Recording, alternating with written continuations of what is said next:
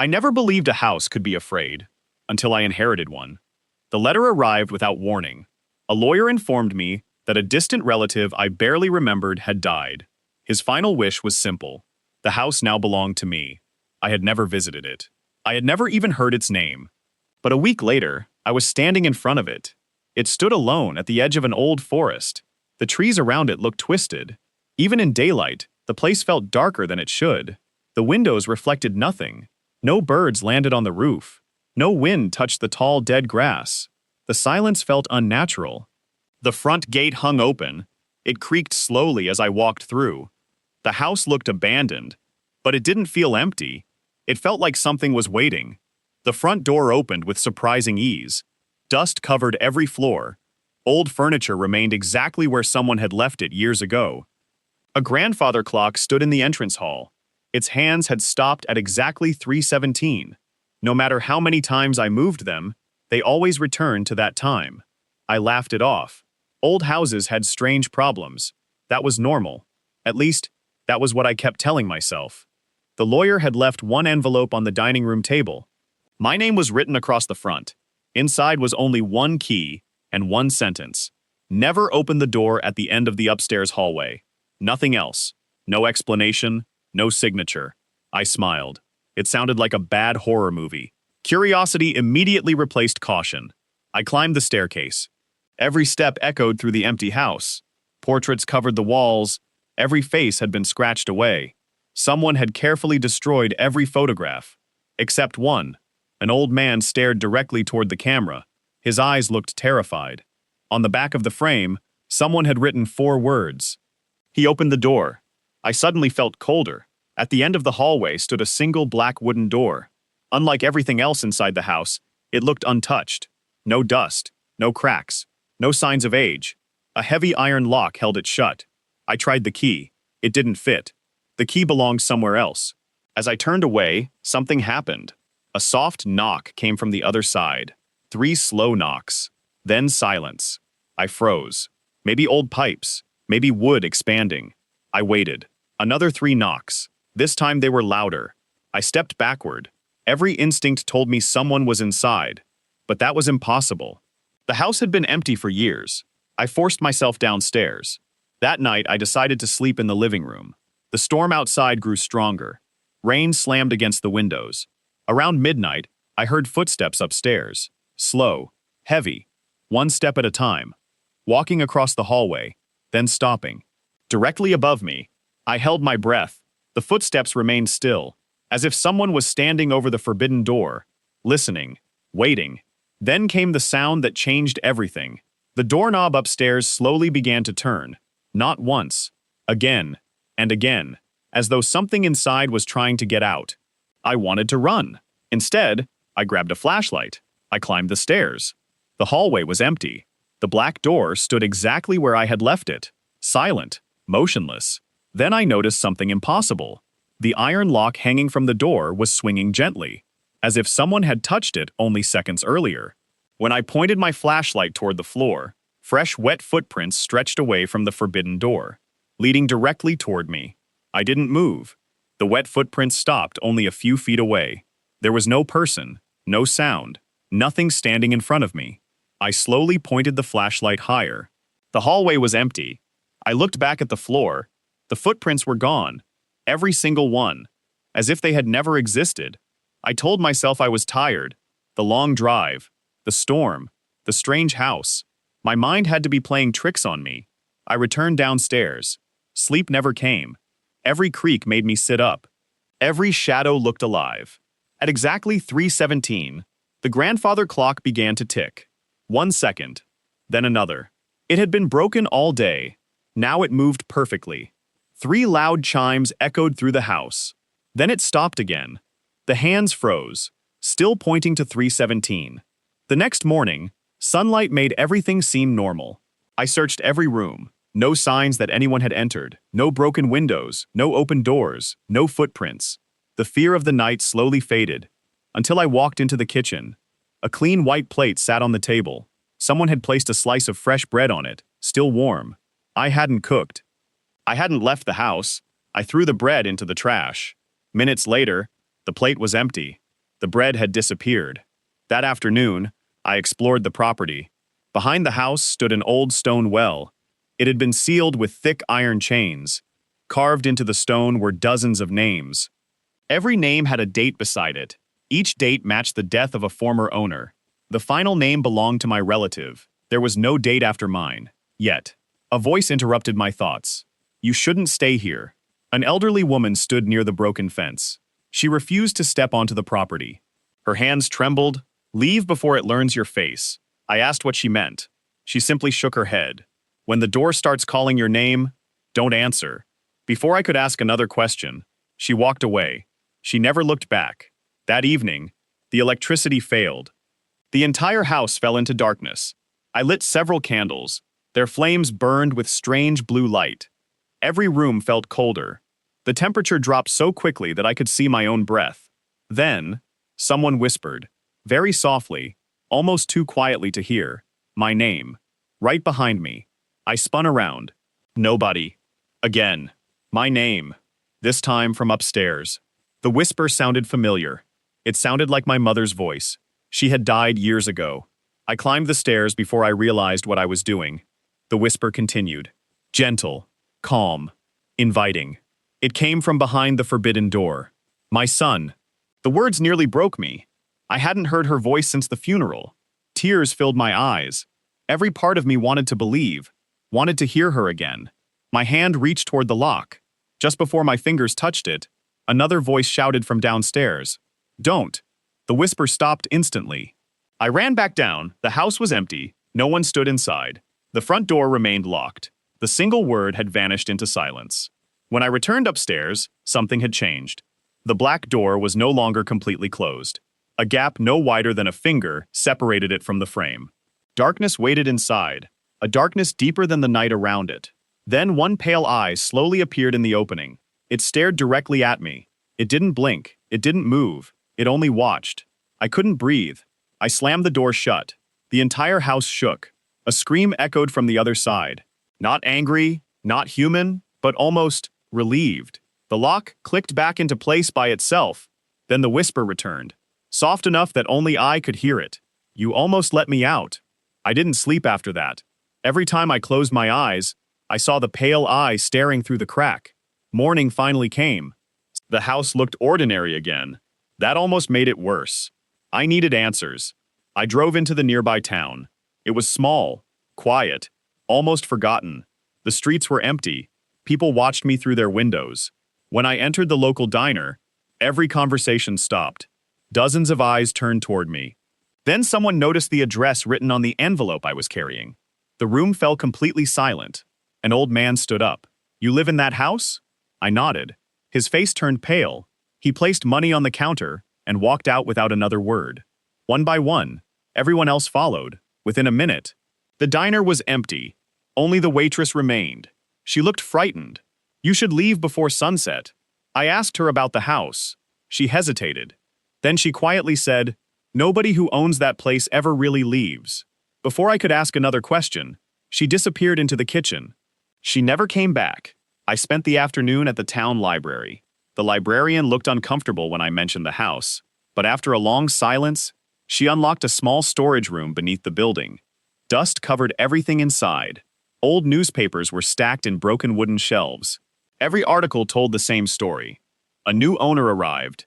Neighbors noticed strange lights. People heard voices at night. Then the owner vanished. No bodies. No evidence. Only one impossible detail appeared in every report. The forbidden door had been found open. Authorities always closed it again. No one explained what was inside.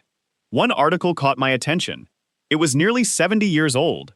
The headline read, Entire family missing overnight.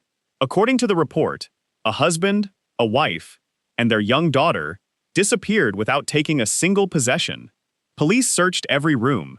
Nothing. No signs of violence, no footprints. Only one sentence appeared near the end of the article. The upstairs door was discovered standing open, despite witnesses claiming it had remained locked for decades. Someone had circled those words in red ink. Across the margin, another handwritten note read, It opens from both sides. A cold feeling spread through my chest. The door wasn't simply locked. Something behind it could unlock it too. As I continued reading, I found photographs of every missing owner. At first, they looked normal, until I noticed one detail.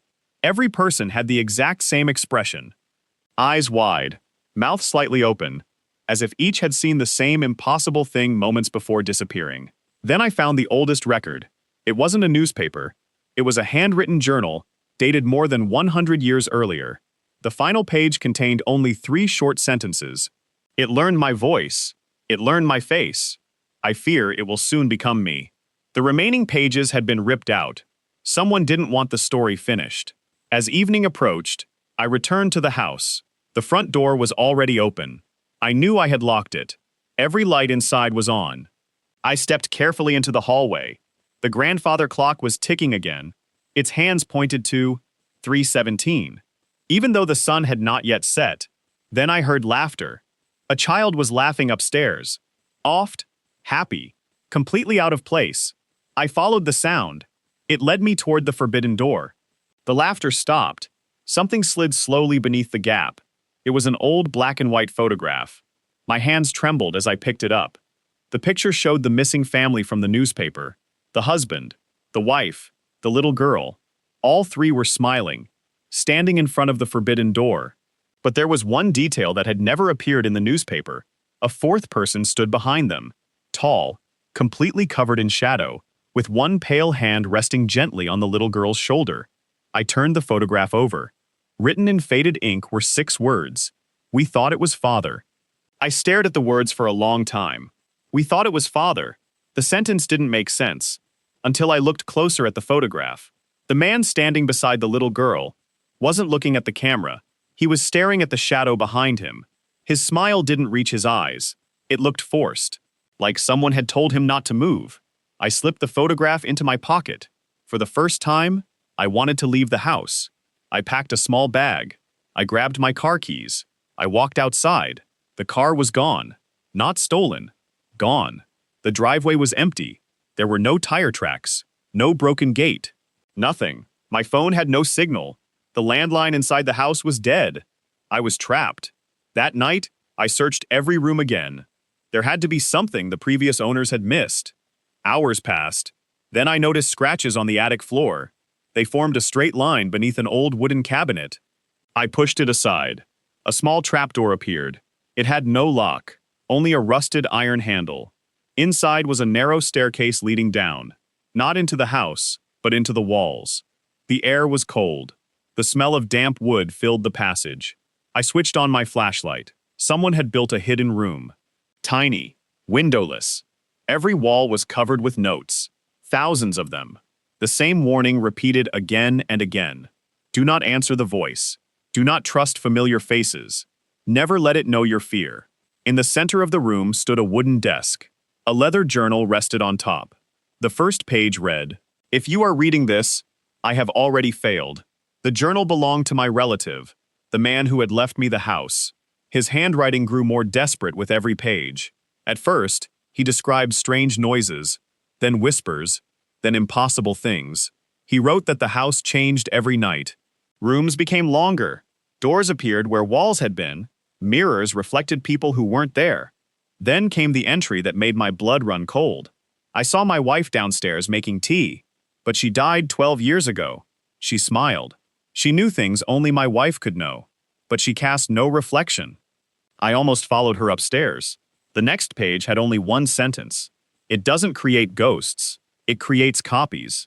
I turned another page. There was a hand-drawn map of the house. One room had been circled in red, the forbidden door. Beneath it, a sentence was underlined 3 times. The door is not a prison, it is a lock. I stopped reading. A loud bang echoed through the walls. Something heavy had fallen upstairs. I grabbed the flashlight and ran back into the hallway. Everything looked normal, until I noticed the portraits. Every scratched face was gone. The paintings were restored. Every person now had a face. Every face was mine. Young, old, smiling, crying. Some looked terrified. Others looked empty. One portrait showed me standing beside the forbidden door. My hand rested on the doorknob. Behind me, a pale figure smiled. Then all the portraits turned toward me at once. Not the paintings. the people inside them. Their eyes moved.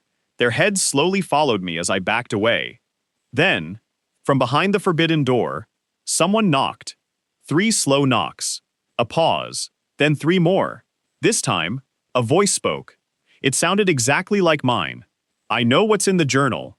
Another knock. "I know what you're thinking." Another. "You've already opened the door." I looked at the lock. It was still hanging in place, still closed.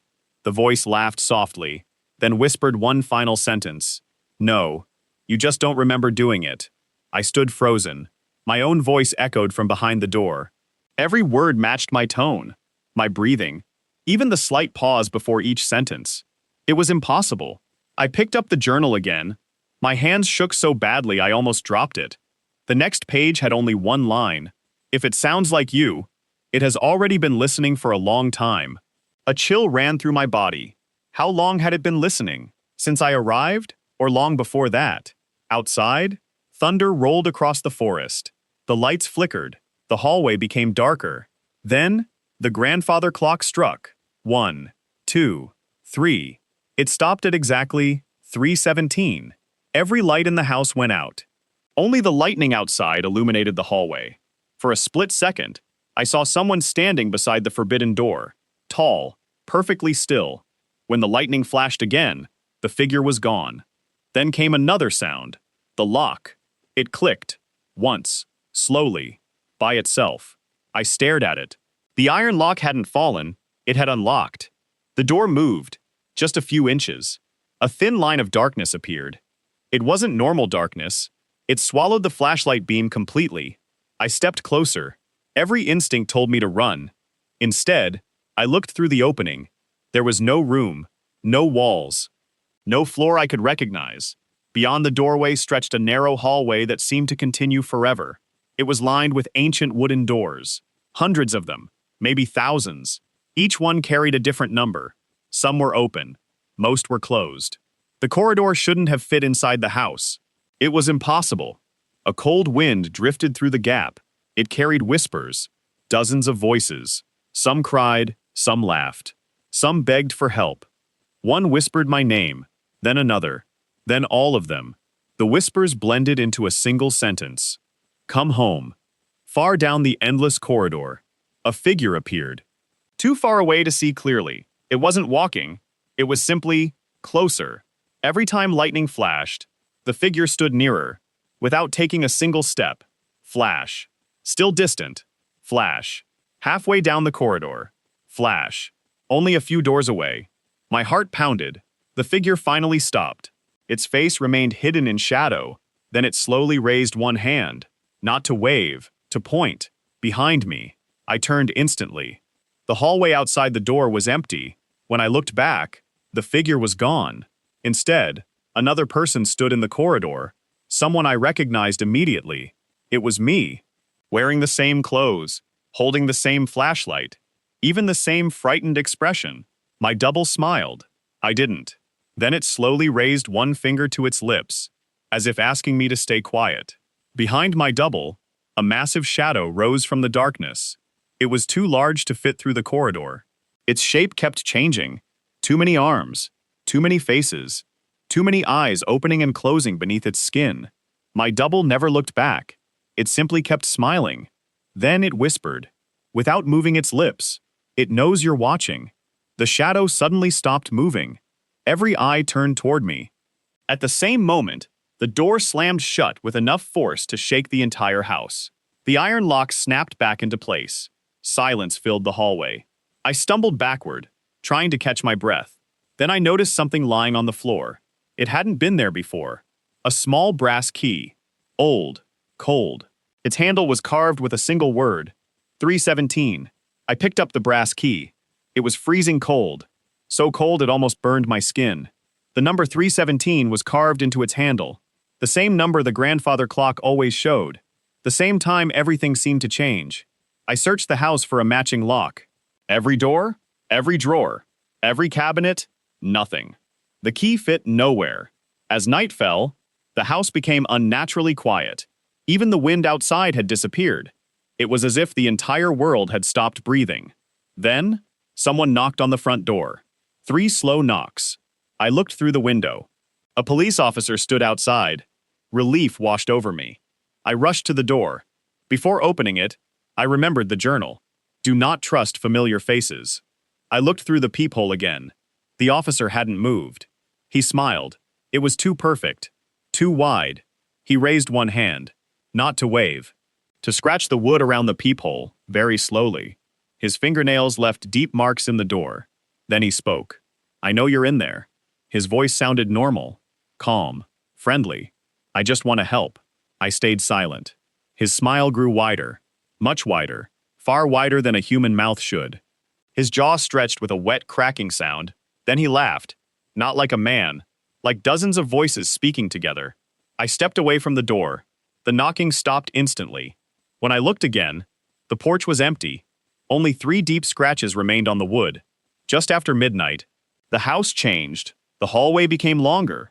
The staircase now had more steps than before. Rooms that had been connected no longer were. One bedroom opened into the kitchen. The kitchen led back to the attic. Nothing stayed where it belonged. Time was changing too. My watch read 12:14. My phone showed 3:17. The grandfather clock struck 13 times. I realized something terrifying. The house wasn't haunted. It was obeying different rules. Then I heard footsteps. Not upstairs, inside the walls. They circled the house slowly, stopping beneath every room, listening, waiting. The whispers returned, but they no longer called my name. They asked questions. Why did you come? What did you lose? What would you give back? Then, a child's voice whispered one sentence. It only opens for people who need someone. I thought about my mother, about the voice that had called me upstairs. It hadn't chosen her by accident. It had searched my memories. It knew exactly what I wanted to hear. The journal had warned me. It didn't create ghosts. It created copies. Suddenly, the brass key grew warm. It began to vibrate in my hand. Without thinking, I followed it. It seemed to pull me through the house, down the staircase, past the dining room, into the basement. I had searched the basement before. It had been empty. Now, a heavy iron door stood against the far wall. It had never been there. Above it, someone had carved a single sentence into the stone. The first door was never the real door. My heart began to race. I inserted the brass key. It fit perfectly. The lock clicked. Slowly, the iron door opened. Behind it wasn't another room. It was a narrow stone staircase, descending into complete darkness beneath the house. Cold air rushed upward, carrying the smell of damp earth, and something else, something rotten. Far below, a bell rang once, then a second time, then a third. A whisper drifted up from the darkness. Not from one voice, from hundreds, all speaking together. You are finally where the first guardian stood. Then, the basement door slammed shut behind me. The brass key snapped in half inside the lock.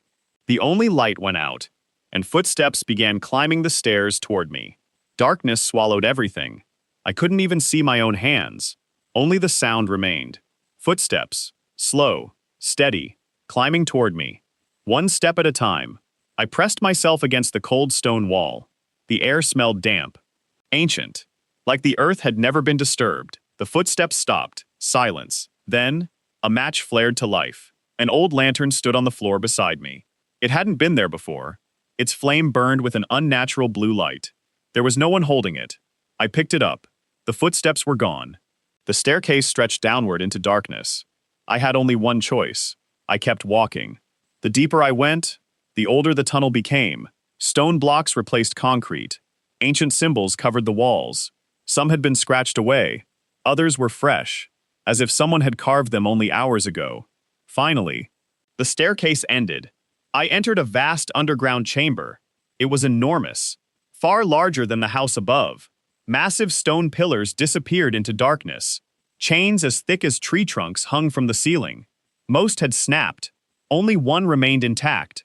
In the center of the chamber stood another door. Not wood, not iron, black stone, covered with thousands of tiny handprints, each one pressed into the rock from the inside. I stepped closer. The lantern flickered violently.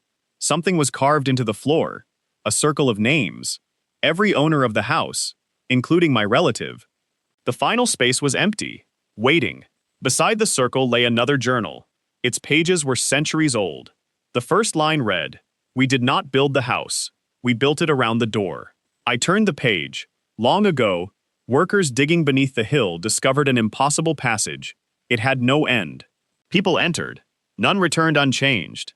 Those who did return were not themselves. Villages disappeared. Families turned against one another. Entire communities vanished within weeks. The survivors learned the truth too late. The thing beyond the passage could not cross into our world on its own. It needed permission. It needed someone to open the way. So they buried the entrance, built the house above it, and chose a guardian. Generation after generation, one person remained behind, never to protect the door from people, but to protect people from the door. I reached the final page. The ink looked fresh. It had been written recently, by my relative.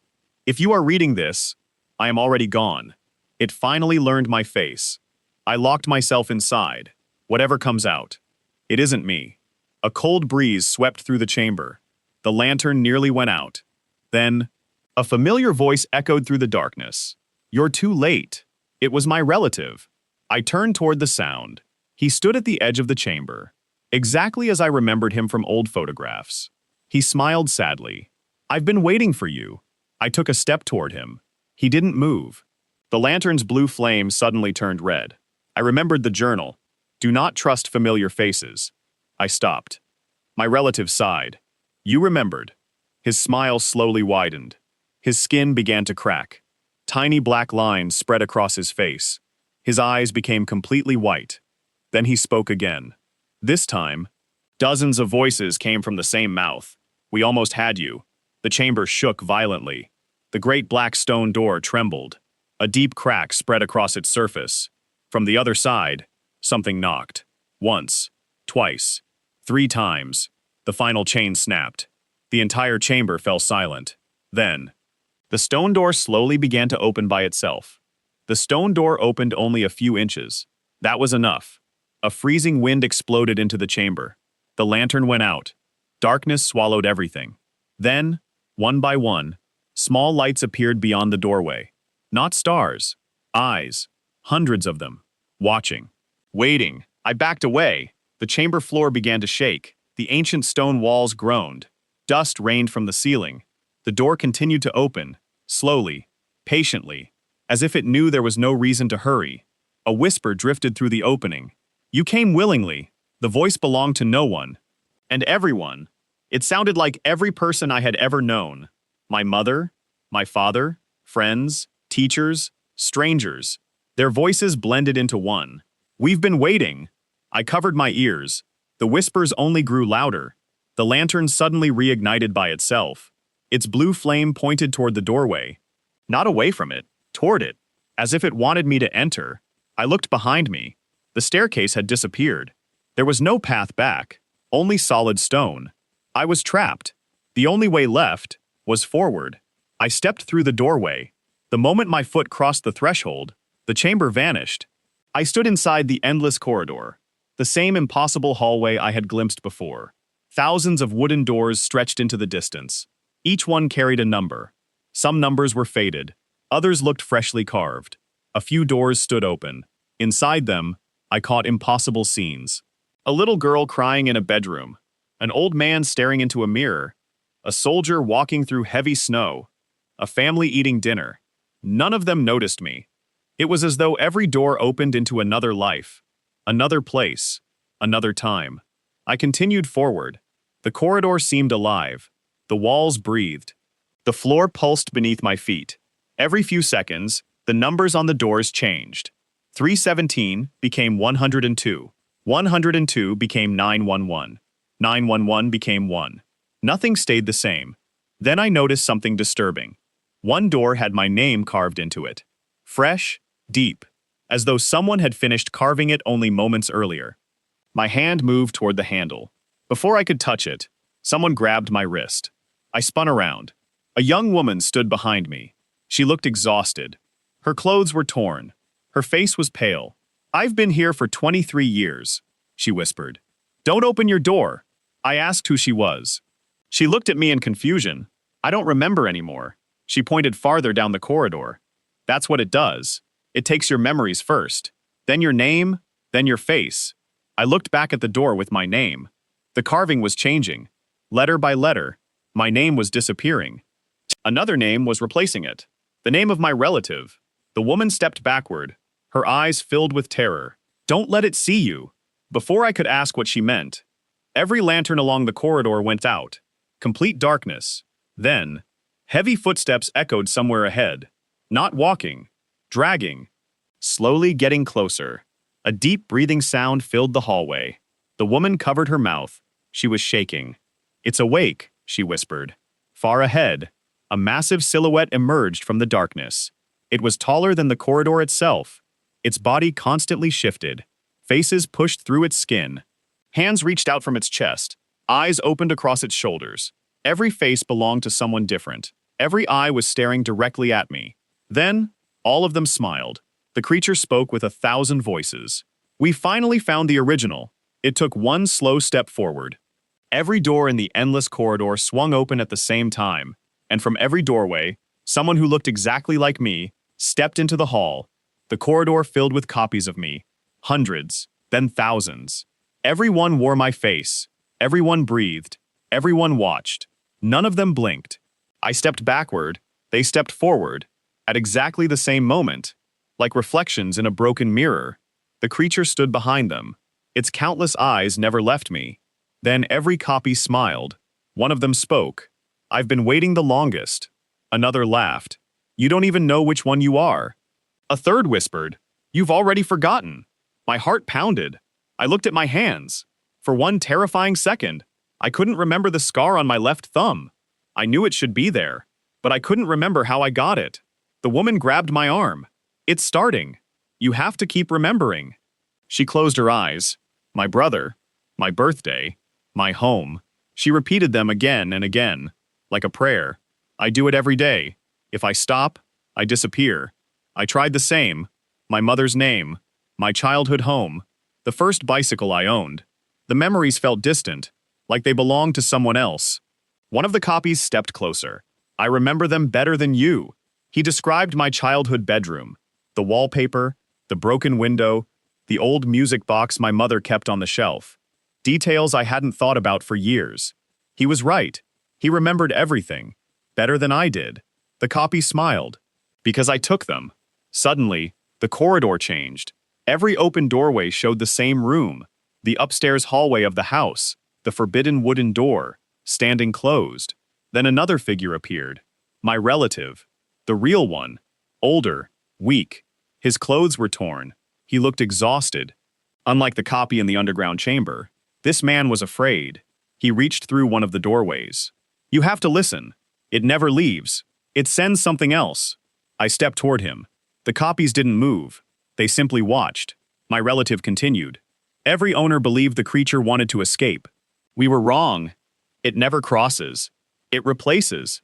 He pointed toward the endless copies. They leave. We stay. The truth hit me like ice. The missing owners had never vanished. They were still here, trapped inside the endless corridor, while perfect copies returned to the house, living their lives, taking their families, growing old. No one ever noticed, because the copies remembered everything, everything except mercy. The woman beside me lowered her head. My husband visited me every year. He never knew I wasn't the one who came home. Tears filled her eyes. He buried my copy. Not me. A deep laugh echoed through the corridor. The creature moved closer. Its shifting faces became clearer. I recognized them. Every missing owner. Every guardian. Their faces covered its body. Still moving. Still alive. Still trying to scream. The creature stopped, only a few steps away. One face pushed through its chest. It was mine. Not a copy. My face. Older. Broken. It opened its eyes, then whispered, "You've done this before." My mind exploded with flashes. The house. The door. The corridor. Again. Again. Again. I remembered opening the forbidden door. Not once. Many times. I remembered becoming the guardian. I remembered trying to escape. Each time, it erased my memories and began the cycle again. The creature smiled. "You always come back." Then it pointed behind me. I turned slowly. At the end of the corridor, one final wooden door stood alone. Above it, a single word had been carved into the frame. Exit. The handle slowly began to turn. From the other side, someone knocked. 3 slow knocks. Then, a voice called my name. It was my own, begging to be let in. The knocking continued. 3 slow knocks. Then, silence. My own voice came through the door. Please, don't leave me here. The copies around me didn't move. The creature remained perfectly still. It was watching, waiting, not for me to fight, for me to choose. The woman stepped back. Her face was calm now. I made the wrong choice. I opened my door. I thought I was saving someone. She looked at the exit. I only set it free. She slowly disappeared into the darkness, not walking, simply fading away, as if she had finally been forgotten. The corridor became silent again. I walked toward the final door. Every step felt heavier than the last. The creature never followed. It didn't need to. When I reached the handle, I noticed something carved into the wood. Tiny words, almost invisible. Only one guardian may remain. The journal had never been about surviving. It had been about replacing. Every generation needed someone to stay, someone to remember, someone to keep the door closed. I looked back. Thousands of trapped faces stared at me. Some were crying, some were praying, some had already forgotten who they were. Among them stood my relative. He nodded once. No words. He already knew my decision. I opened the exit door. Bright sunlight flooded the corridor. I could see the front yard of the house. Freedom, the forest, the road beyond the gate. My life. Everything I had lost. Then I heard footsteps behind me. Not one pair. Hundreds. The copies were coming. If I walked through, they would follow. The world outside would never know. Families would welcome them home. Friends would never question them. The cycle would begin again. I closed the exit door. The corridor shook violently. The creature let out a roar so deep the walls cracked. Every copy screamed at once. Not in anger, in disappointment. I searched the stone walls until I found the massive iron chain that had once sealed the passage. It was broken, but not beyond repair. With the last of my strength, I wrapped it around the final door. One lock, then another. The corridor began collapsing. Doors vanished into darkness. The creature lunged toward me. For the first time, it looked afraid. I slammed the final lock into place. The door closed. A deafening silence followed. The endless corridor disappeared. The whispers stopped. The faces were gone. I was standing alone beneath the house. The black stone door was sealed once again. A fresh name slowly carved itself into the circle of guardians. Mine. Years passed. The townspeople believed the house was abandoned. Travelers still avoided the old road. Sometimes, children claimed they saw a light in the upstairs window. Sometimes, visitors heard footsteps behind the locked door. Sometimes, someone knocked exactly 3 times. They always left before sunrise.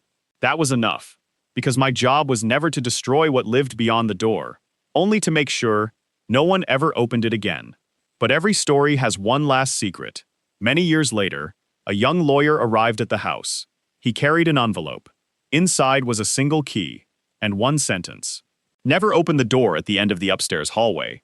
As he walked away, the front door slowly opened by itself, and somewhere behind the forbidden door, I heard a familiar voice. It sounded exactly like mine.